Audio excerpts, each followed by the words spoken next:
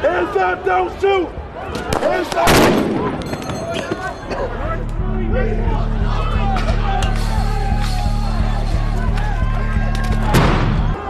Hands up, don't shoot! Hands up!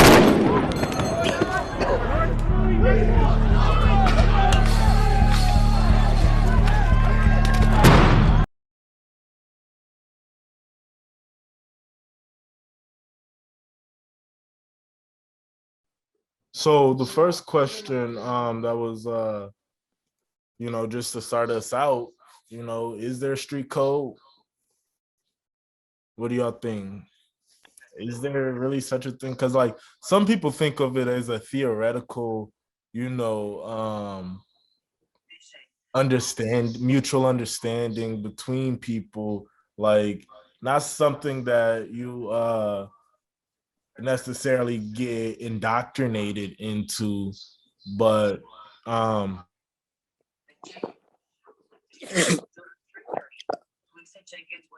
don't think it's how can I say it? Let me think about my answer and I'm gonna say it.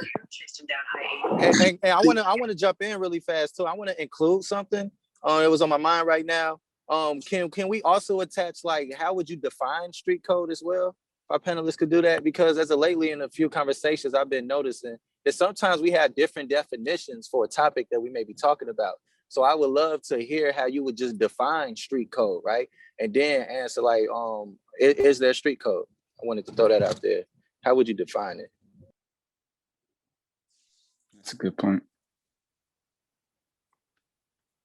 I guess I'll go ahead and go, man. Since coming from somebody who, hey, can I add to that? Yeah, go ahead. Like, and then can we look at what is the definition of street, and why is that solely so relevant to Black men?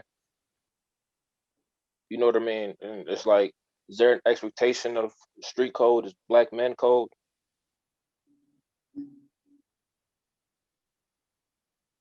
You know what I mean? Is that a blanket statement of, is it Black men code, or is it anybody that's partaking in street lifestyles code? You know what I mean? I really want to differentiate that. You know what I mean? And like, can you transition from it? Are you always, are you beholden to it forever? You know what I mean? I believe Black. Go ahead. I believe that Black man street code is anything anti-government, anti-white. I'm gonna be from the soul. If you're not raised with them or in the position that they're in, then that's just gonna way we're gonna look at it. You know what I mean? That's just the way that I feel. We're always gonna have that until our kids are able to go to the schools with their kids, raise how their kids not get harassed, how we get harassed. By the way, my name is Amon Matoya. I'm up here from Tulsa, Oklahoma. I know I'm late to the conversation. But yeah, I kind of hear what you guys are talking about. And until everything is, like I said, once we're able to get the same education as them, then yeah. I think. Go ahead, Rachel. Oh yeah. So for me, I just think about think a little bit back in history. When did gangs start? When did street code become not necessarily what it is today, but when did it originate? Well, street code. Sorry to interrupt you.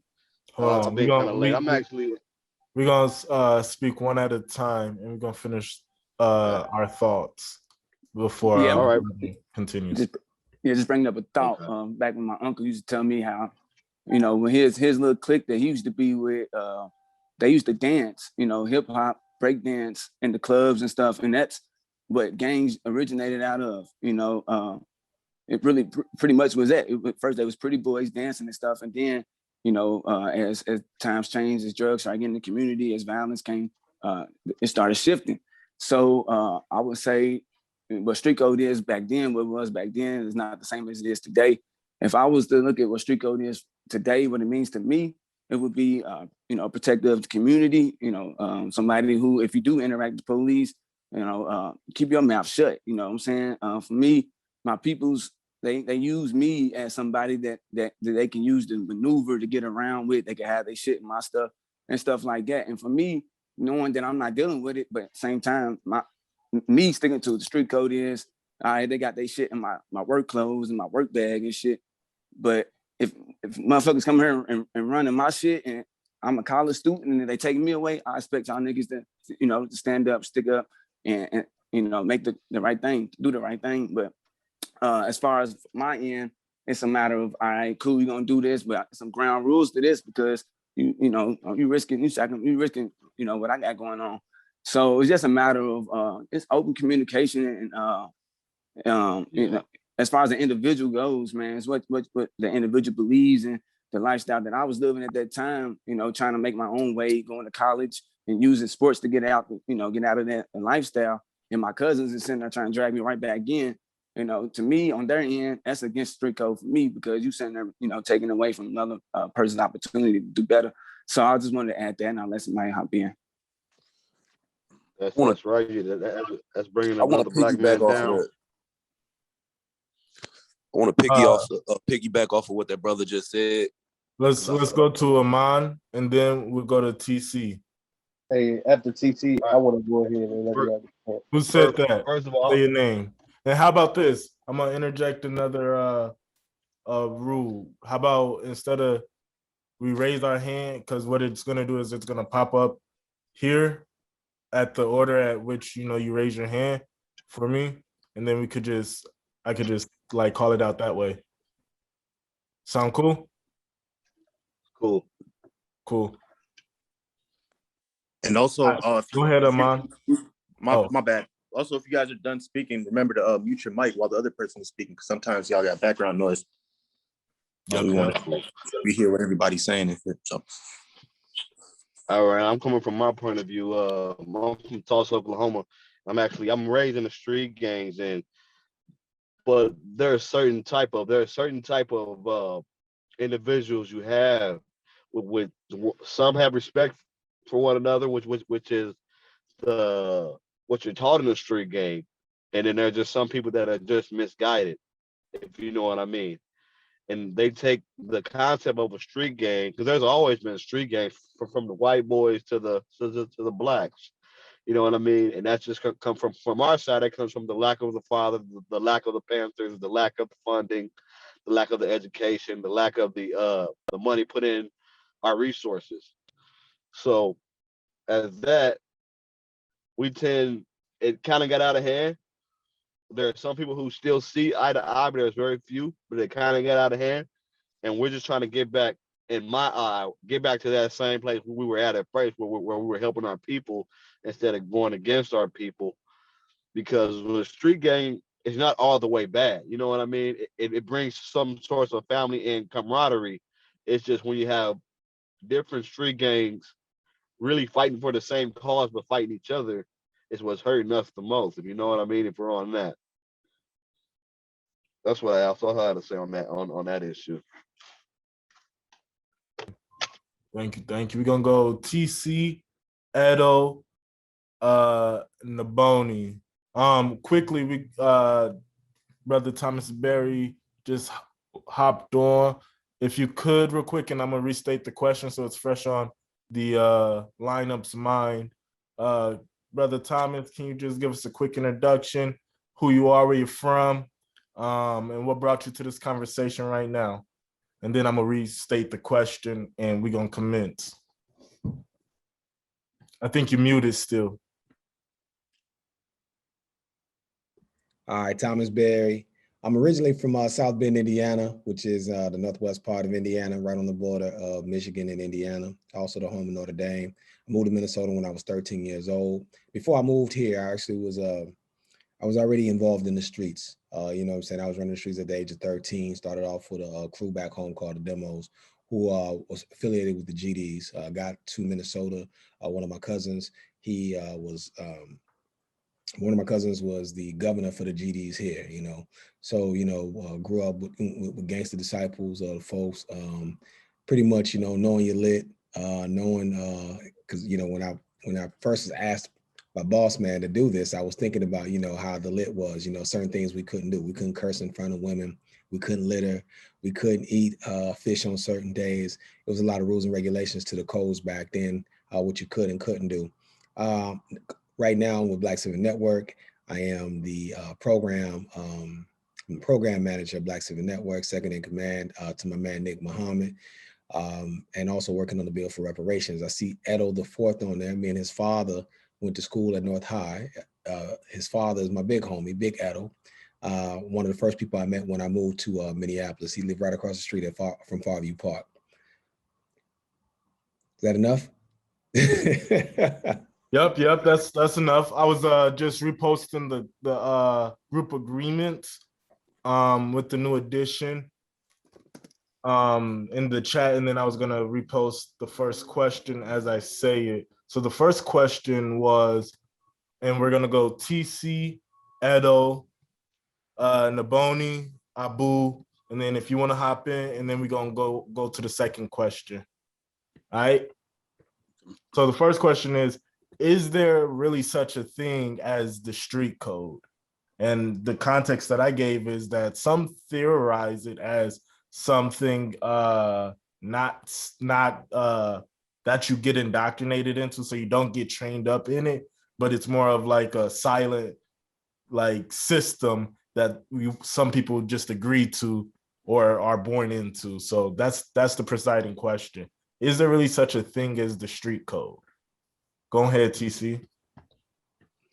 Me personally, I think the street code, the streets is a myth.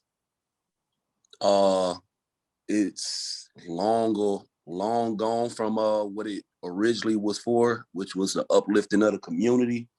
And when you look around now, I feel like that's one of the main things that's destroying the Black community right now is the gangs, the gang mentality. And I'm speaking from a place of experience. Growing up in California, out there walking up the street, people banging on you, like, what up, blood, and all this and that. And you end up having to get down with one of them in order to protect yourself, you know what I mean?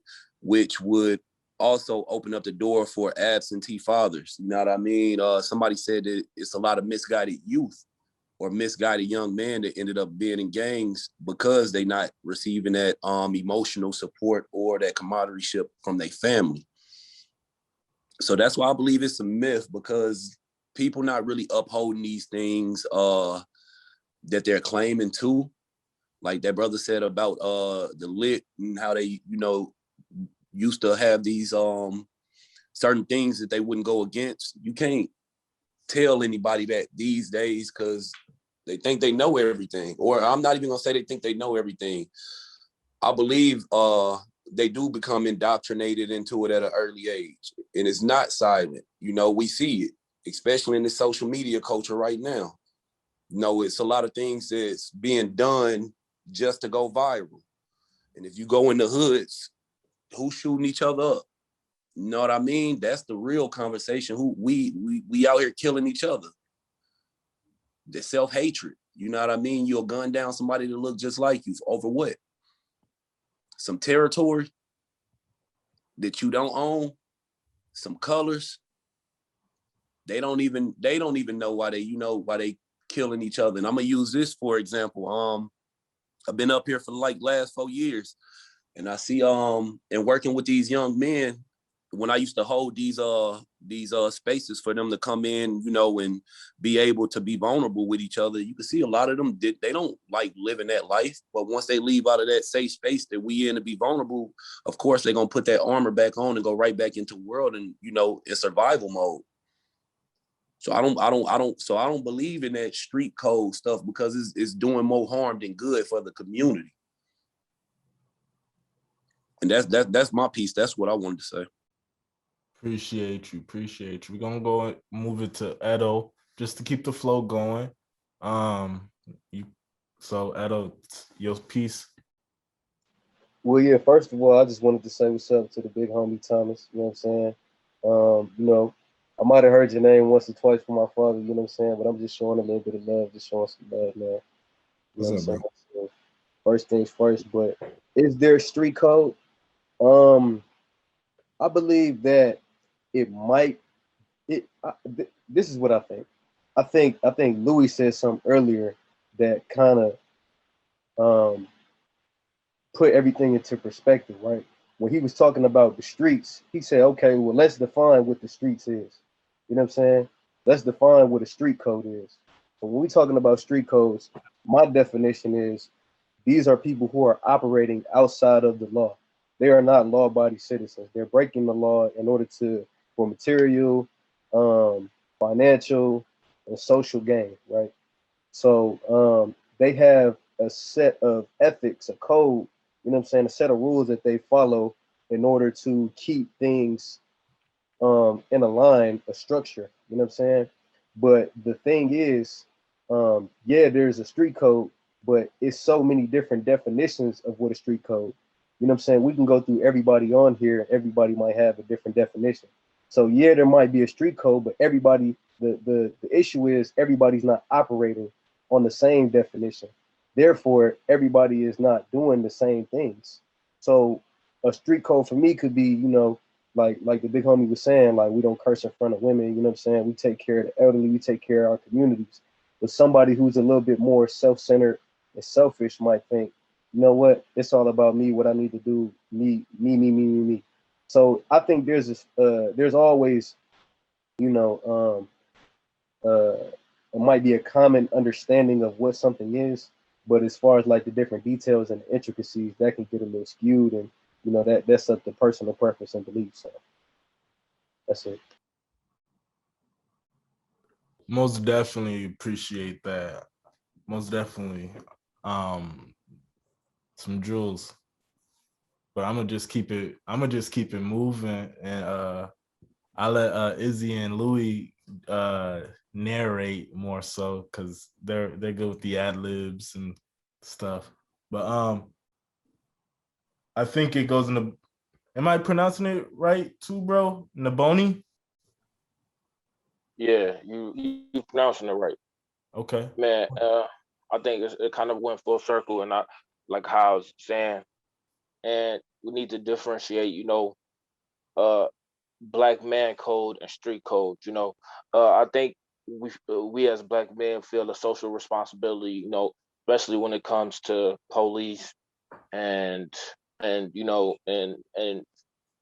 giving information about another black man that can end up getting them incarcerated. So in that instance, I think there's a certain line uh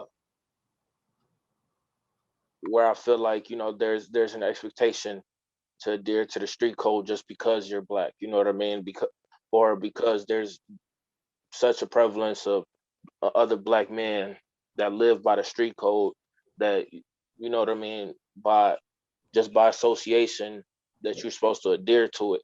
And I want to get rid of that mentality and like because I see it as a tool. You know what I mean? And all you know what I mean? Because I feel you know as a community it's been allowed, you know what I mean, too many people that destroy our community to be put on pedestals, and and uh, and to a certain extent, you know what I mean, that's it's by design, you know what I mean. I think it was done, with the in mind of trying to sabotage the progress of the African American community. But outside of that, I think we've all been to a certain extent indoctrinated into revering that lifestyle. You know what I mean? Which is but it's corrosive. You know what I mean? It's highly, you know what I mean? It's highly toxic, and like that mentality as a whole, has contributed to a lot of black men's downfalls. Black children, like I've caught myself in it, and I've brunt a good amount of pain, you know what I mean, for the decisions that I've taken and my loved ones around me. And I wish and hope for things to change. But it's like, I don't know, man. It's almost like a religion, man. You know, it's like when you tell a motherfucker like, you know, fuck the streets, or you know what I mean, fuck this little code, whatever. They so loyal to it already, bro. They so much indoctrinated into it. You know what I mean? Because of all the societal forces. You know what I mean? That's putting this idea in their head, and it's so hard to progress. You know what I mean? And especially when maybe it's generational. You know what I mean? Maybe they indoctrinated, you know what I mean, your father's fathers, and it's been passed down even through your family line, and it's so entrenched. You know what I mean? And it's at the core of the issues. You know, because if you look at, you know, the essentially, you know, the planned downfall of the African American community, you know, starting from the crack epidemic to, you know, COINTELPRO and the essentially government funded sabotage of any form of, you know, social progress that was trying to be made. But this one being the deepest, I believe. You know, the entrenching of gang violence is caused the most damage, but it's the deepest one because we've internalized it. It's ours. You know what I mean? And it's something that we're supposed to be loyal and beholden to. And it's hard to get rid of that mind state. You know what I mean? And I Definitely. don't think so. It's like I don't think we should necessarily have empathy for those that choose to live outside the law and while hurting the community. You know what I mean? That they come from. But we've been indoctrinated to be empathetic and sympathetic to that, to even aspire to it. And I wish we could find a way to reverse that. You know what I mean? Well, Because hopefully through this convo, we're able to pick out some solutions or something like by the end of the series, because ideally this is going to be like a series of conversations so we can really like get to graphing it out and but things. to like kind of end my whole statement on street code is it doesn't exist. You know what I mean? And it's at the core. It's at the core of motherfucking trying to have us conspire with our own downfall. You know what I mean? It's telling you, hey, don't stop the monster that's eating you alive. You know what I mean? Because it's not good etiquette. You know what I mean? And or the only way you should stop them is to put yourself in further jeopardy. And it's trying to tell us to not use our processes. You know what I mean? As far as you know, it's we have processes given to us through democracy that, you know what I mean, that we could use.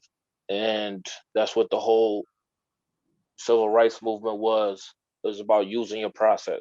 But they say put the process down, pick up a gun to resolve your issues. You know what I mean? Or pick up commerce, whatever. So even entrepreneurship, whatever the case may be, you know, I lean left towards socialist. So there's nothing wrong with Black entrepreneurship, but even at the end, I don't believe that's the answer, you know? So it's about learning about social involvement as far as and all of that will start with education. So it's about trying to inform one another as much as possible. But street code is something we need to. It's in the way of making any form of progress. Clarify it. We need to clarify it. I'm gonna move us on to Abu and Thomas. So go ahead, Abu. Then we're gonna go with Thomas, and then I'll present the second question. Or Louis or Izzy could as well. I put it in the chat. Well, I'm Abu as Sadiq. I was brought up in gang culture in Chicago, Illinois. I was a conservative vice lord, one of the oldest gangs in Chicago. And I'm here to tell you that the street code that these people are talking about is the criminal code. That means that the things that we don't want to talk about and you to say to the police is things that really we're doing against the law. Say this, I grew up where I grew up at, a young man killed the young man in the park in front of everybody. There's 50 of us out there. Nobody says nothing. So a couple weeks later, he shoots somebody else. This time he shoots a little girl. So now everybody wants to say something. But what if we'd have said something when it first happened? You know, but because of the street code, see no evil, hear no evil, speak no evil, nobody says nothing. It's a big farce, man. The street code does not exist in the way that we make it seem to be. Very few people is gonna catch a case with you, go to jail and do 20 years for you. They're gonna tell. I know this literally from experience. You know, I've got a son. I'm just out of jail. So I know these street codes that these people talk about and try to put forth as the way it is in Black communities is false. And we really need to teach young Black men, even old Black men, because there's a lot of us old Black men who still try to live by this code that we know is a farce, man, because you know we got our mindsets are so mixed up with this street code thing, is that a kid go to college and come home and everybody say he thinks he's all that. A kid go to jail and come home and they want to throw him a party. That is the mixed up mind of the street code, you know, and it's something that is embedded in us. The street code, when it was first formulated, it used to be about protection. It used to be about doing the right thing for your neighbor, you know? But then when the drugs and the money and stuff came about, it was about people feeding off of other people's weakness. You know, I can do something really bad in the community and you bet not say nothing because you're so scared that I might come do something to your mom or your father or something, you know? And that's just the reality of what they call the street code to me, in my opinion. And that's it.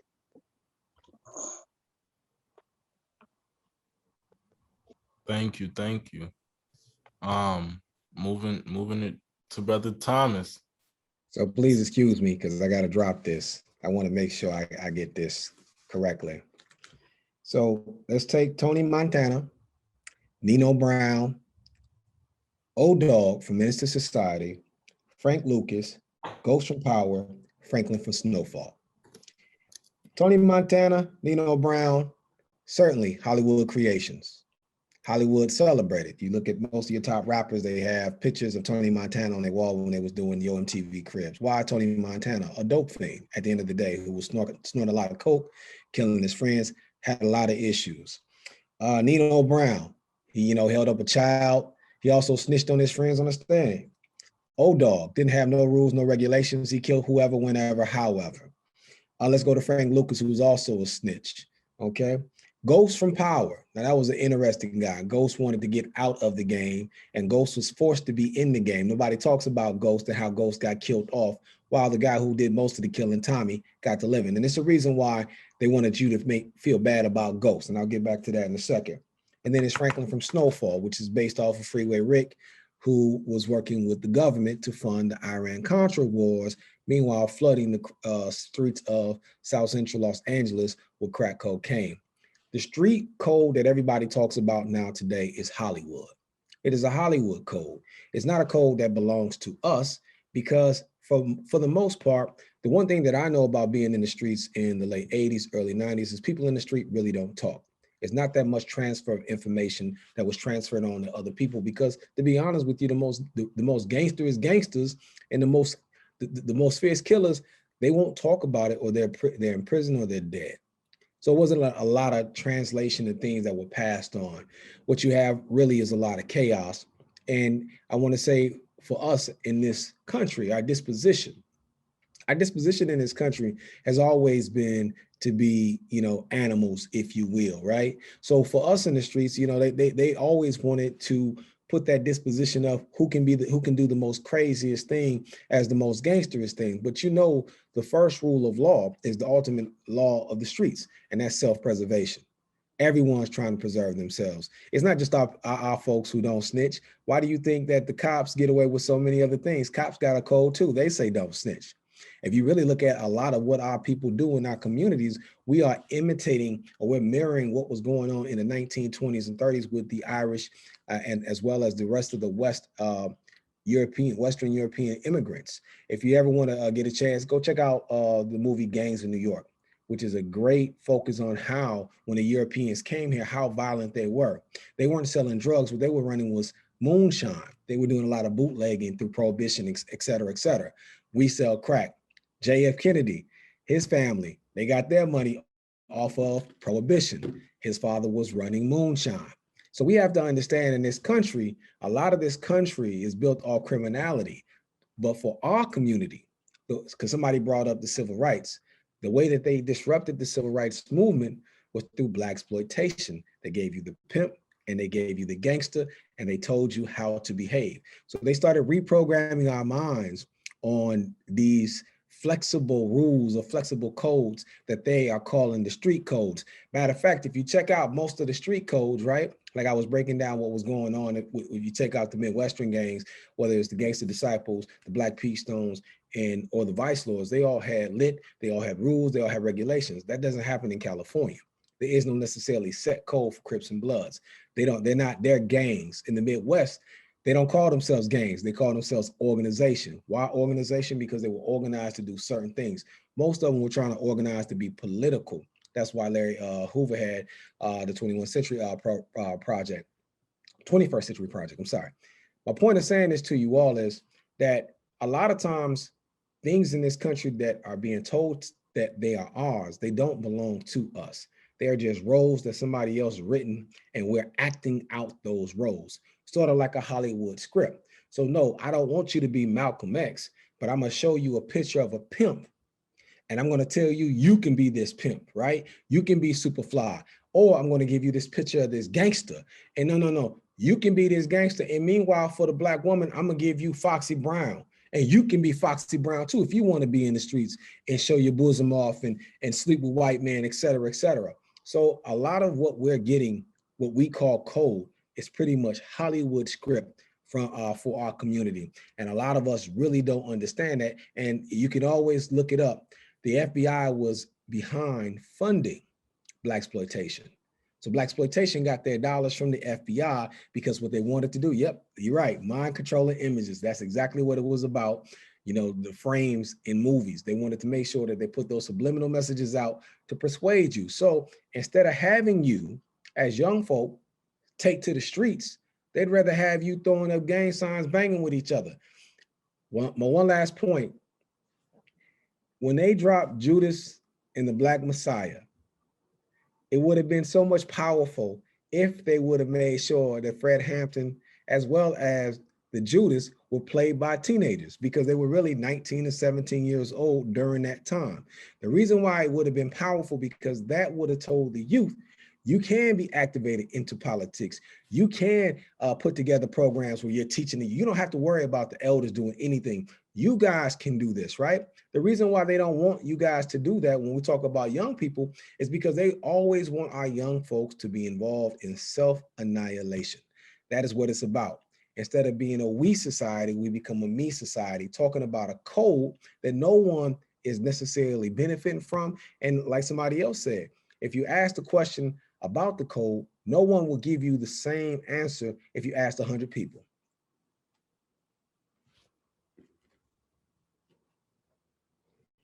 I think you brought up some great points, as well as Naboni and programming. Yes, I remember I was watching a hip hop documentary. This was just actually earlier today, and you brought up that point where a lot of the things that we think are ours aren't really ours, and hip hop, or well, rap, we could say, isn't really ours anymore because if you look at the messages that are being put out there, that it's nothing compared to like how when it first started.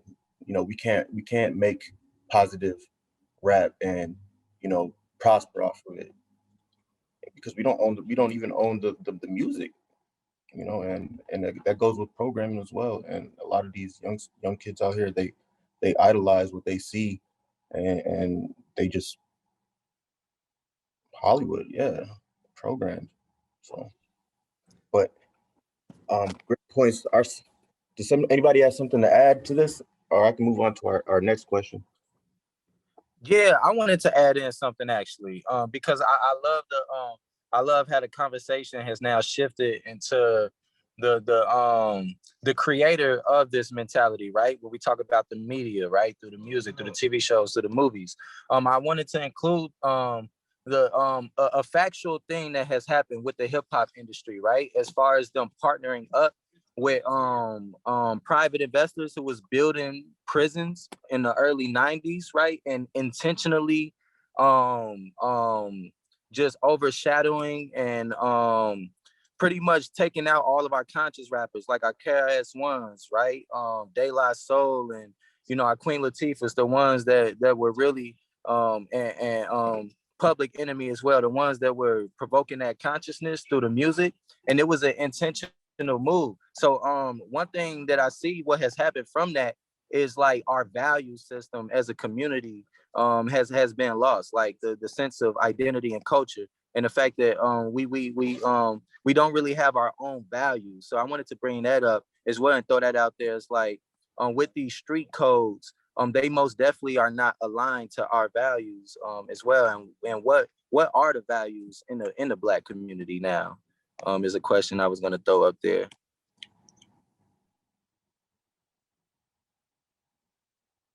I think that All right, go ahead. Go ahead.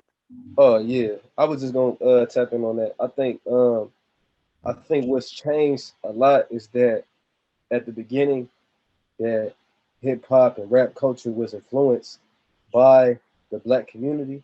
So a lot of those traditional values, you know what I'm saying, like a lot of those Southern values, a lot of the family orientation that we have as Black people coming from, you know what I'm saying, like Jim Crow and slavery and things like that, has changed. I think it went from hip hop having, I mean, our culture having an influence on hip hop culture, and now it's hip hop culture having an influence on our culture. You know what I'm saying? As far as like Black people.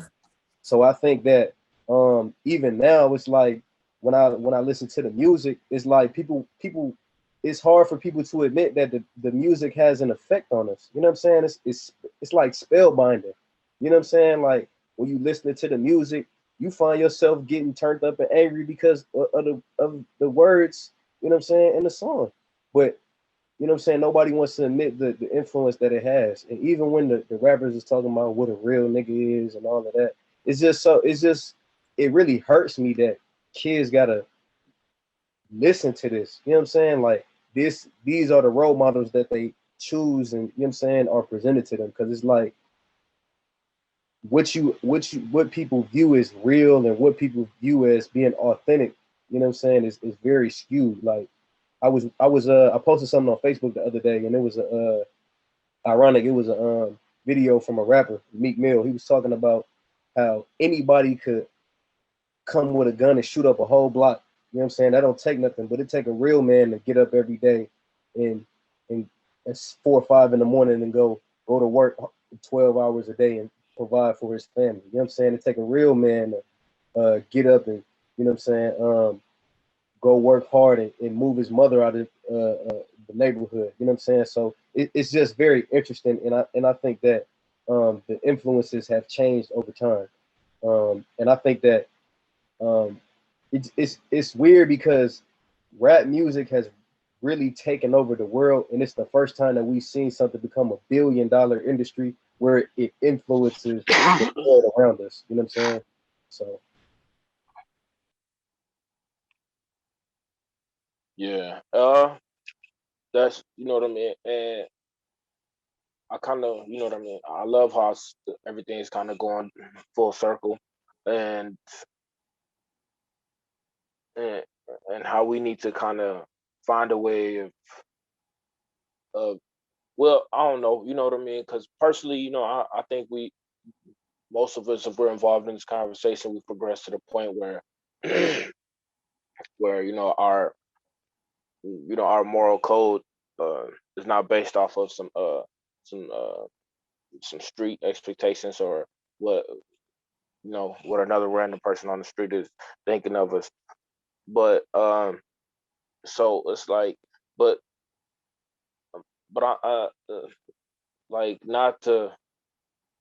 Yeah, actually, let's just go ahead and move on, because uh like I know we're eventually gonna get to the topic I'm trying to speak on. So, and I don't want to, you know what I mean? I want to let us go ahead and move forward. All right. Somebody else had to add, something to add to it.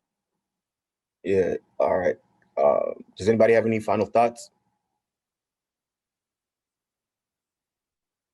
I just got this one last piece on it all as far as code.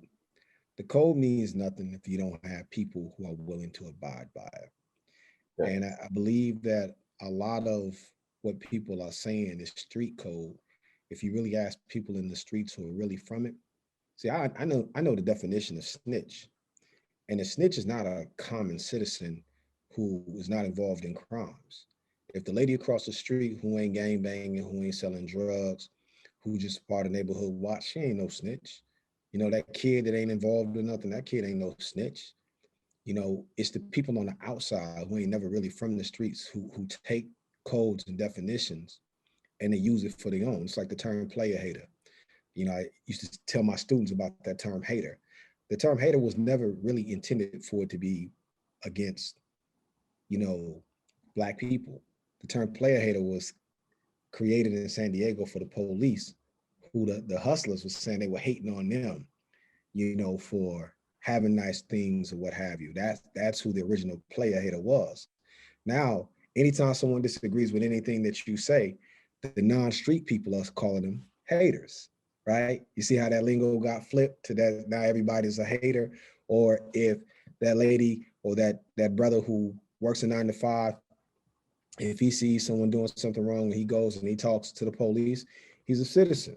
Citizens aren't snitches, right? Like, period. If you're not involved in breaking crimes and laws, that's not snitching. And I'll be real. I know it was a young man in the 90s who got killed over north. And one of the guys I knew, he told on his homeboys who killed him. And his whole thing was, you killed the kid. I don't care about what you say about a particular code. You killed the kid. And that's eating at my conscience. And you know, while a lot of his other homeboys, you know, they thought it was wrong, but everybody else on the streets, they supported him wholeheartedly. Like, nah, we get where you come from. They killed the kid. So to me, you know, it's just all about depending on who you're talking to. And like I said, codes, rules, laws, etc. It's only as good as the people who follow them. And to me, I think a lot of people use that term street code as an excuse for whatever it is that they want to do. Thank you. So our second question is, what are the street codes of your neighborhoods? Does it vary by state or region? Is there a constitution?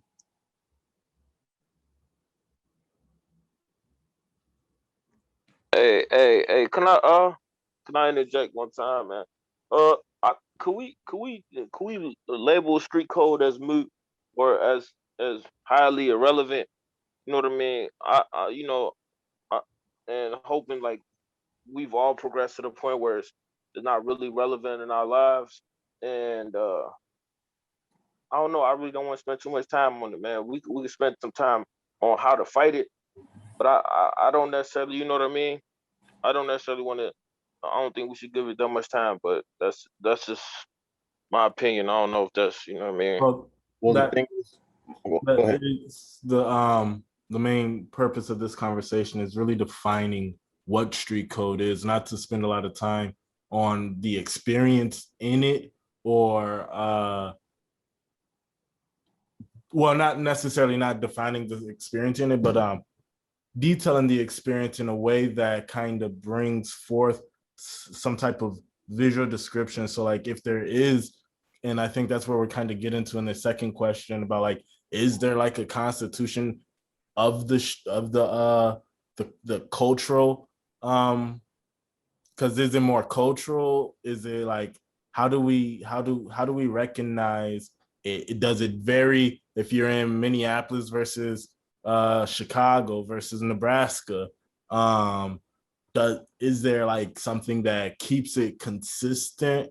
And I think that these types of questions will help us to kind of bring forth the dynamics and the depths of, like, you know, what the cultural exercises, because what it really is it's ethics, it's cultural ethics, as I'm coming to understand, that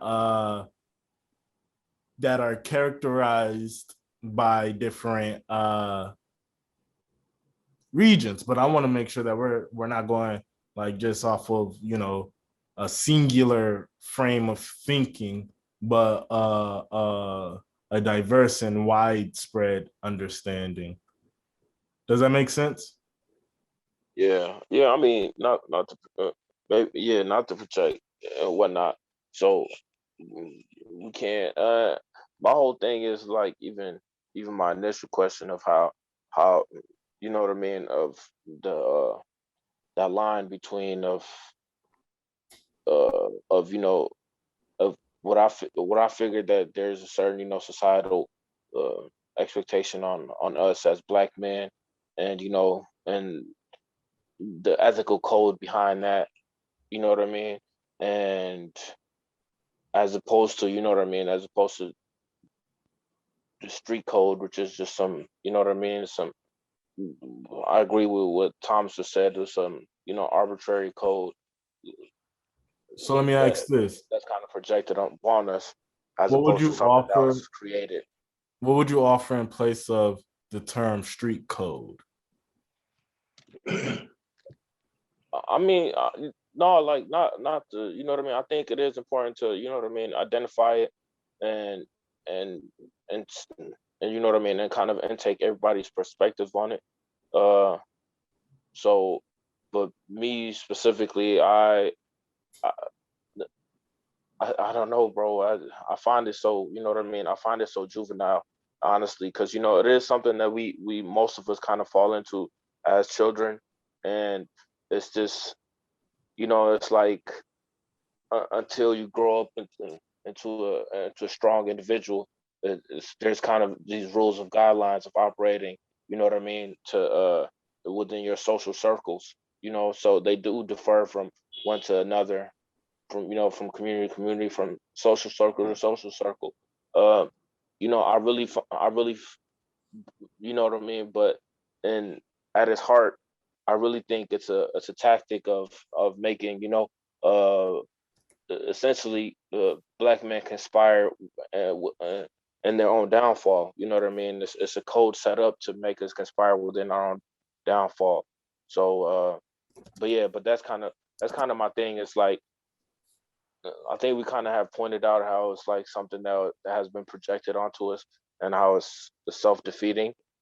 So I mean, you know what I mean. We can dissect it further and see how exactly it's perceived and how it's taken in from different perspectives. But it I don't I don't necessarily, you know, specifically in my life, I don't see it as significant. You know what I mean. And I do know that it is. You know what I mean, especially in a lot of the youth.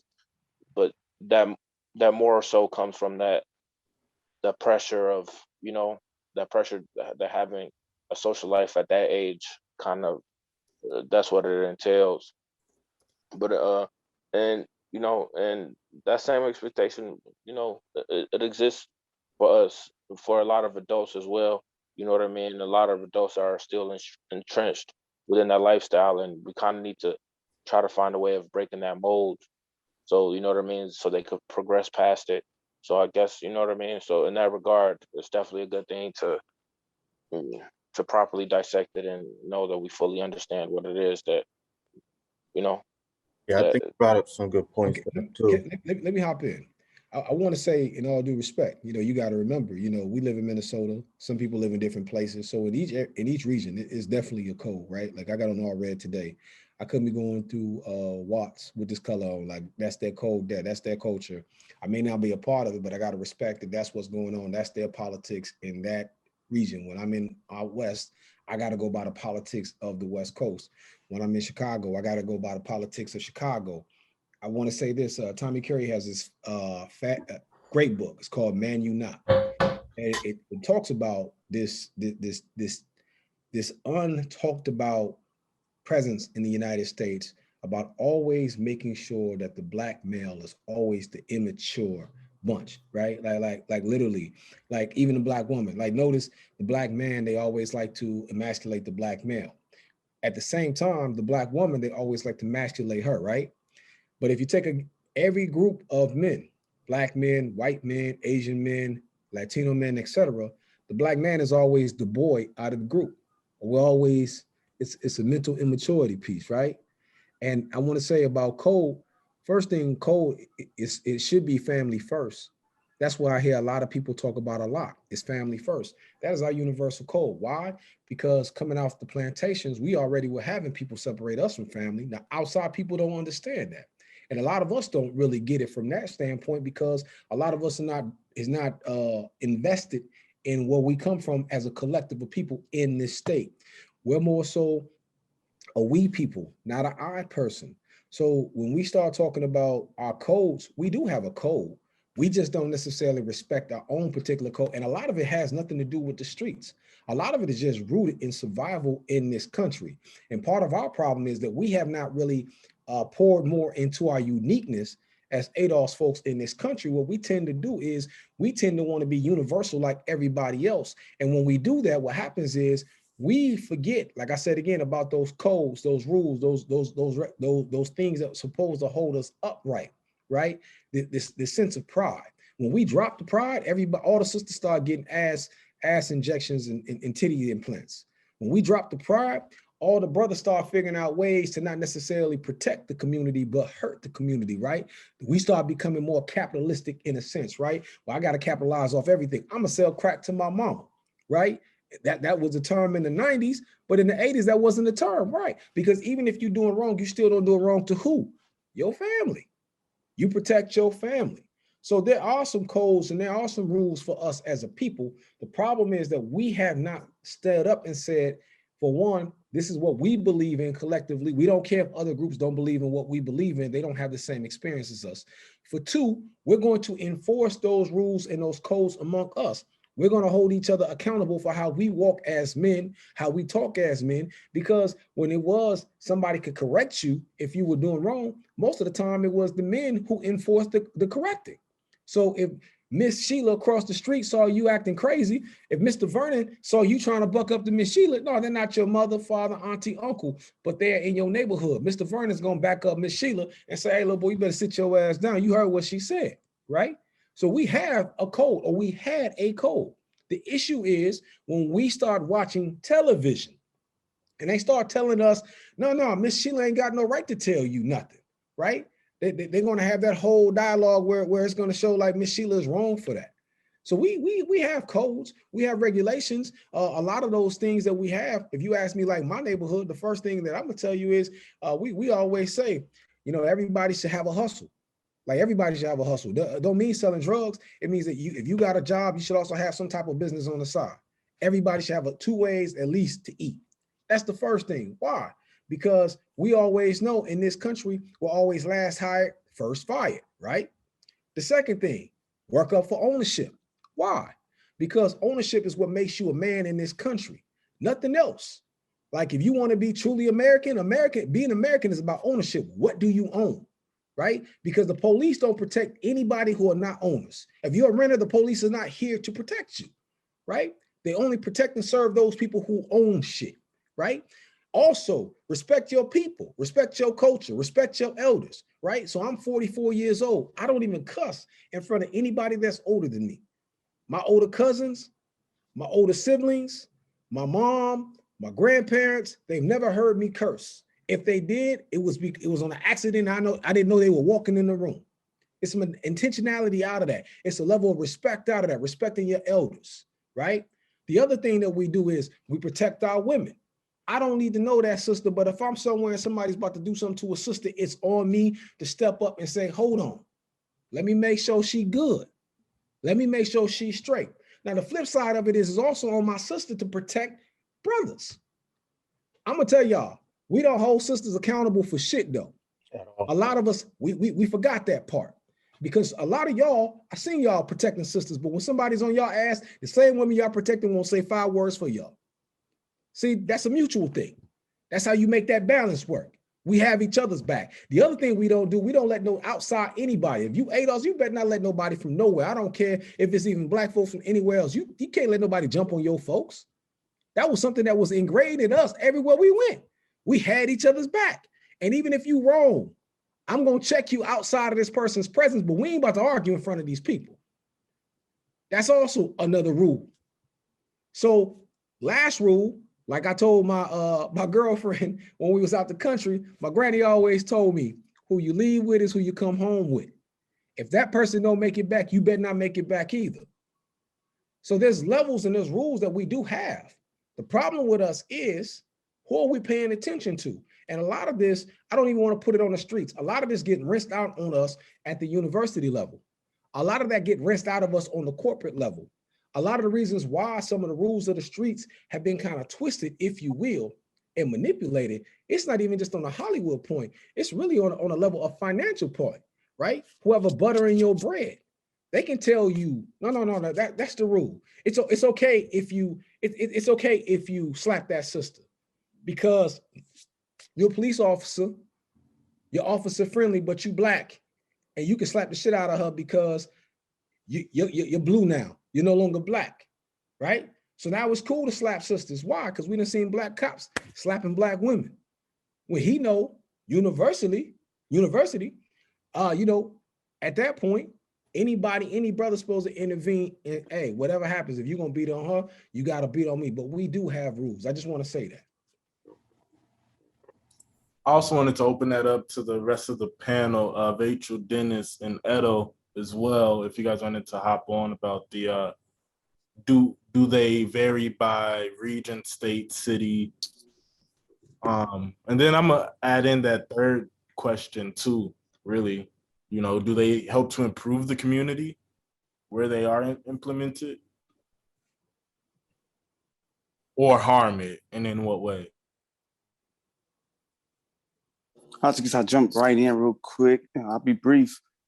So since Thomas brought up shows, I guess I'll bring up this show, First 48.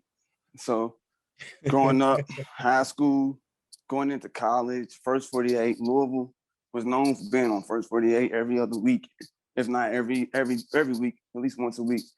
So that's, from that standpoint, that's national. You don't want to get caught on First 48. You don't want to get caught, being in those interrogation rooms.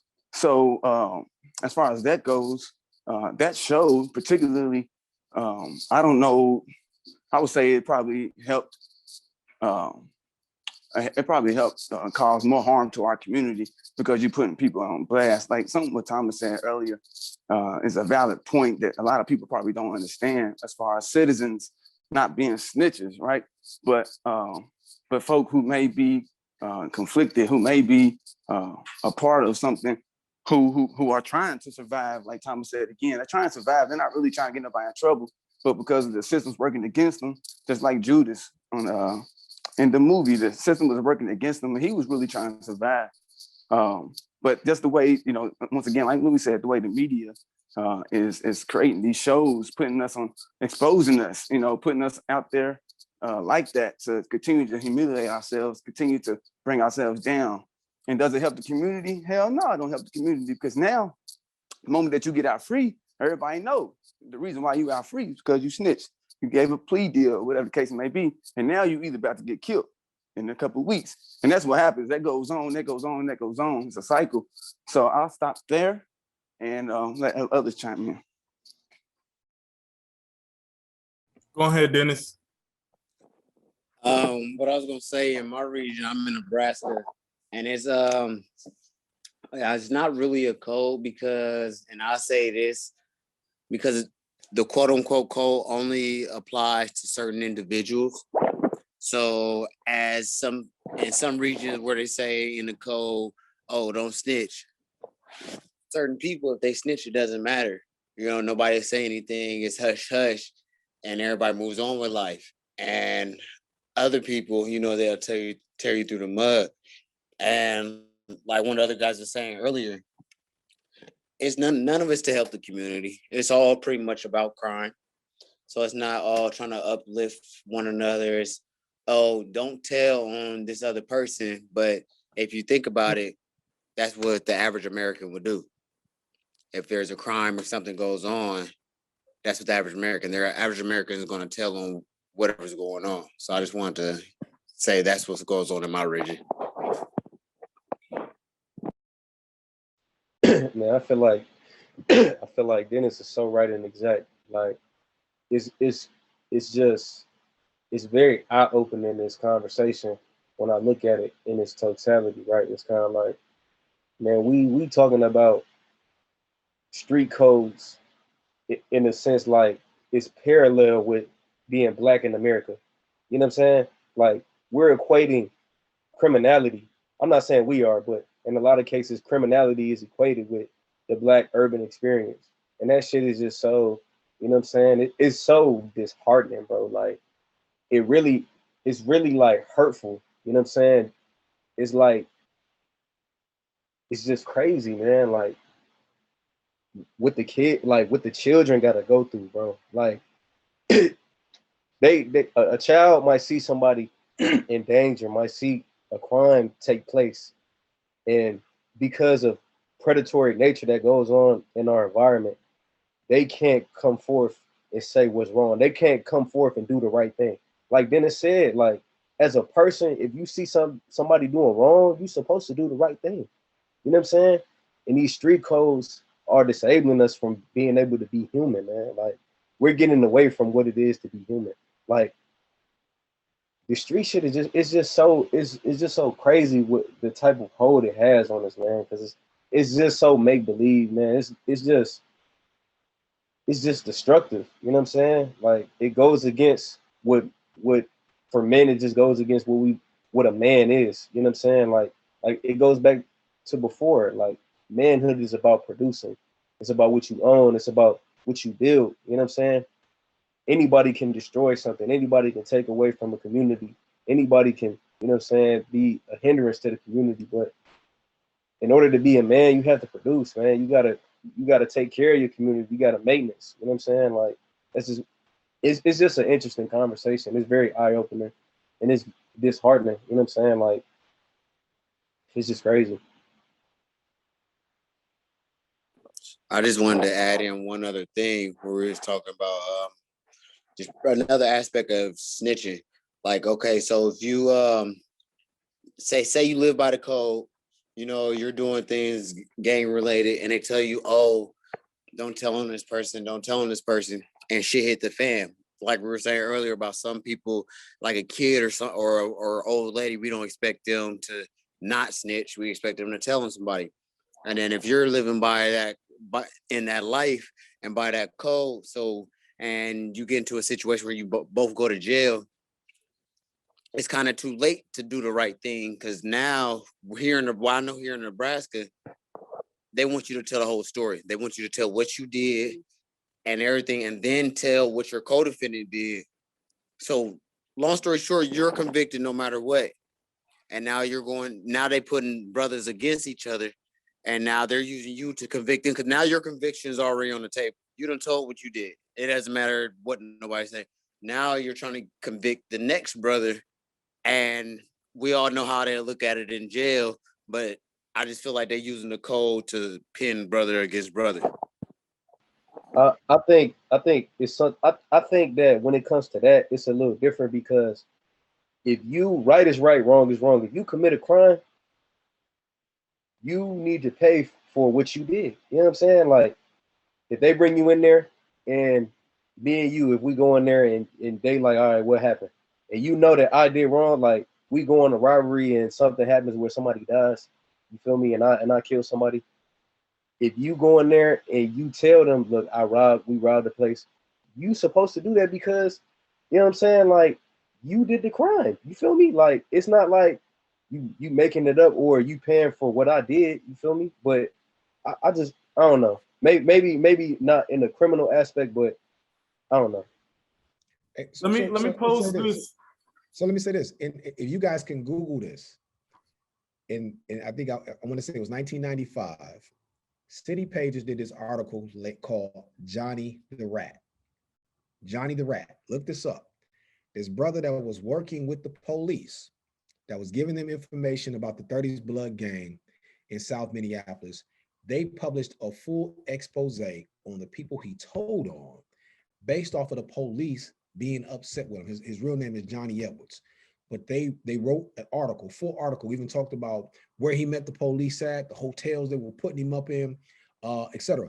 Put this man's life on the line. I say that to say this. Keep in mind that that term snitch is not a term that all people coin.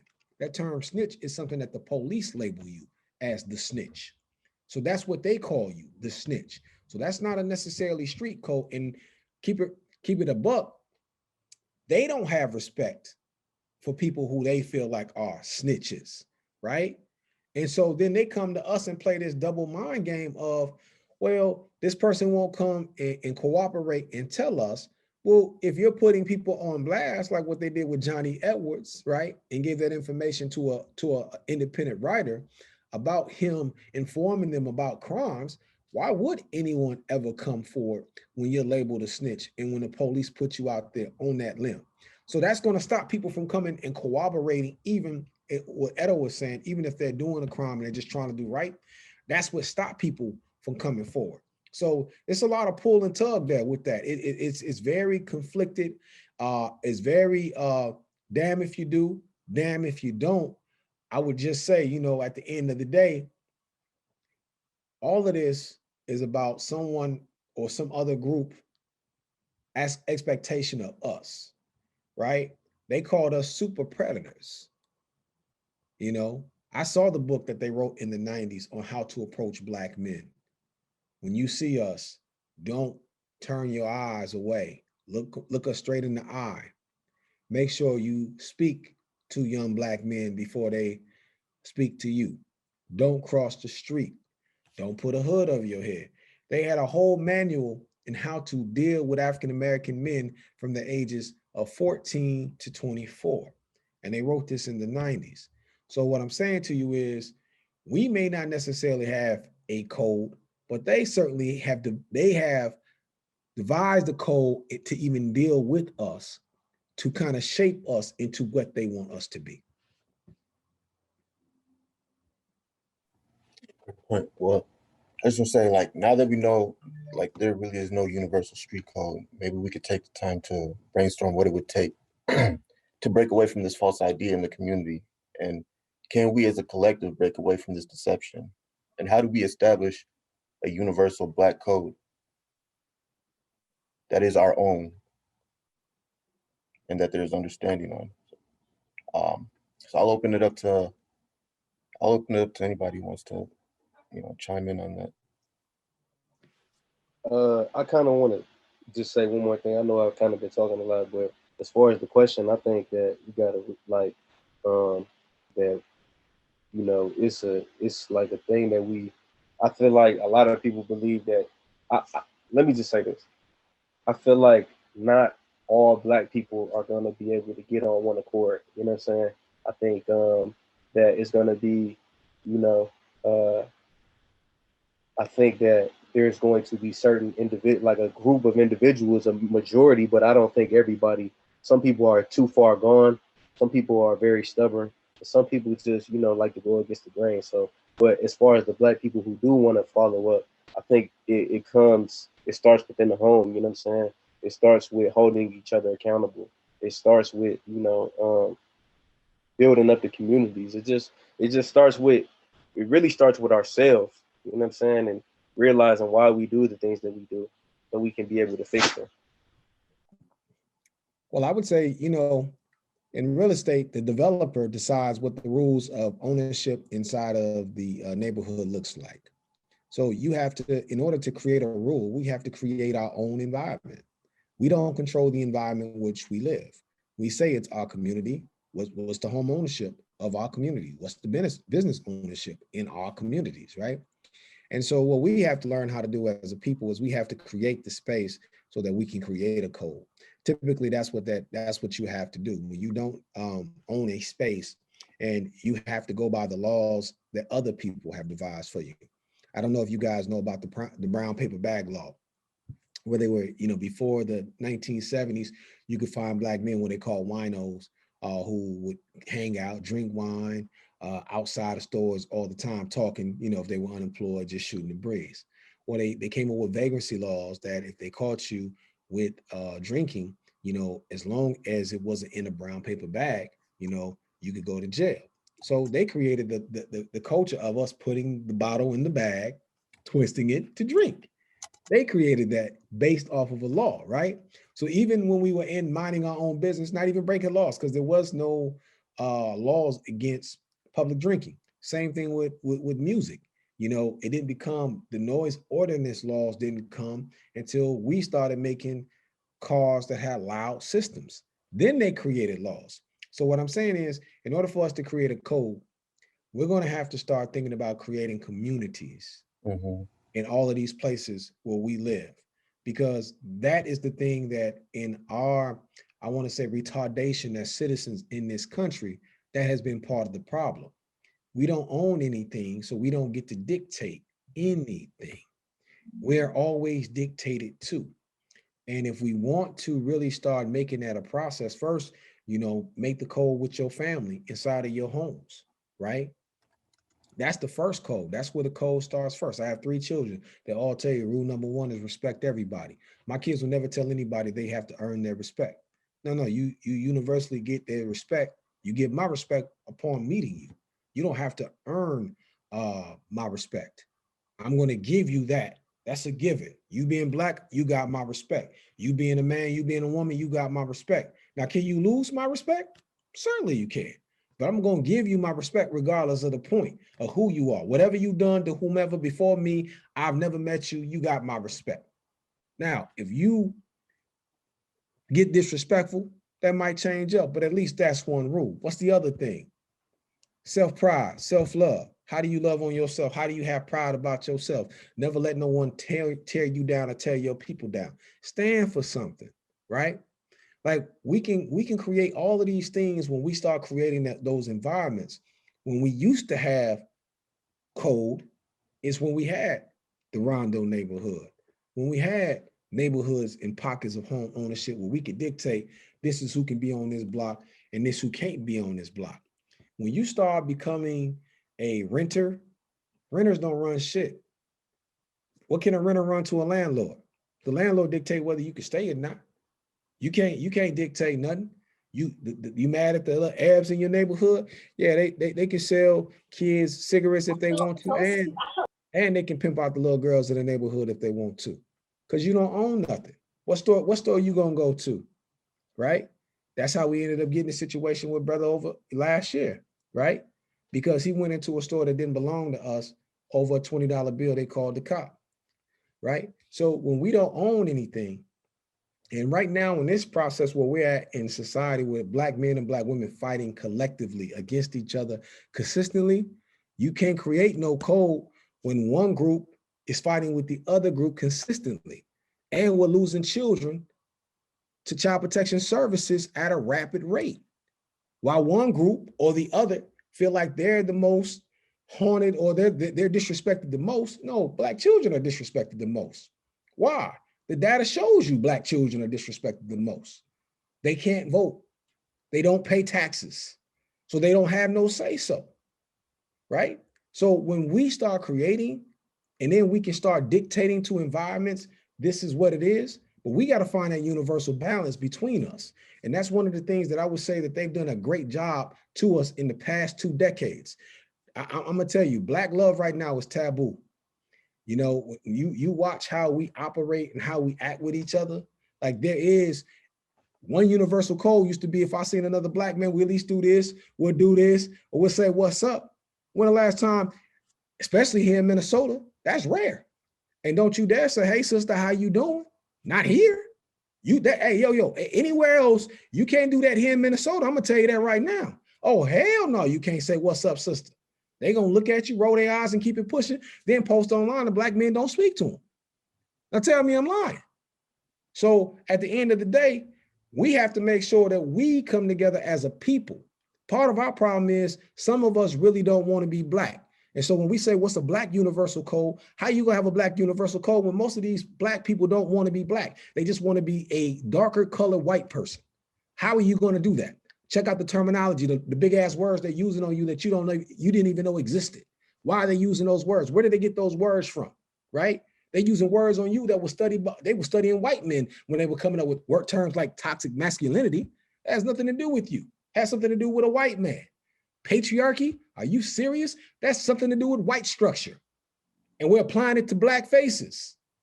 So you can't, we'll never be able to come together. But for that person who asked, I'll let you know one thing, 13%. Always remember that number, 13%. That is all you need. You do not need everybody to get along. They broke away from the British with only 13% of the colonies supporting it. That's all you need. You don't need all black people. And once we understand that, if we get a large enough segment to just move with each other and tell everybody else, y'all going with that craziness, we gonna let y'all go with y'all white handlers. Y'all come with all these fancy words and terms. I hope the white man protects you before he rapes you.